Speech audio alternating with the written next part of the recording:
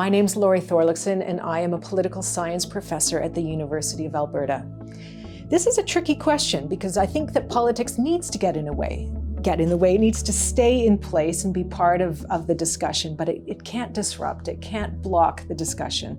And I think we've seen the impacts of the pathologies of polarization, especially in the United States, which since the 1990s has become an increasingly polarized political landscape, and climate policies is highly polarized. We are not quite as polarized in Canada. A majority of survey respondents, even in Alberta, support the idea of energy transition, including majorities supporting a movement away from fossil fuels. However, the issue of climate change is susceptible to polarization because I think that it's easy to lose sight of the common ground and to turn the debate into one that hinges on perceived threats to a way of life or threats to an identity.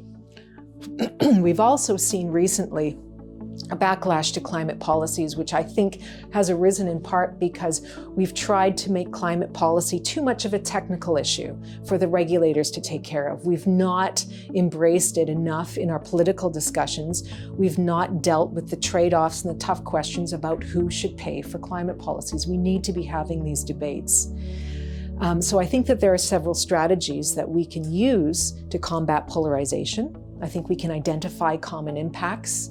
I think we can use messages also of economic optimism rather than messages of fatalism or doom or of zero-sum outcomes.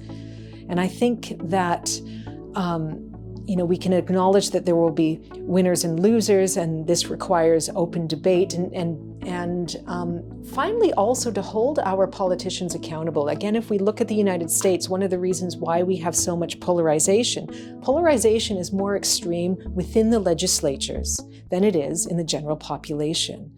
There are strategies of polarization employed, and these are the result of quite clever lobbying efforts and campaigns that seek to drive us further apart.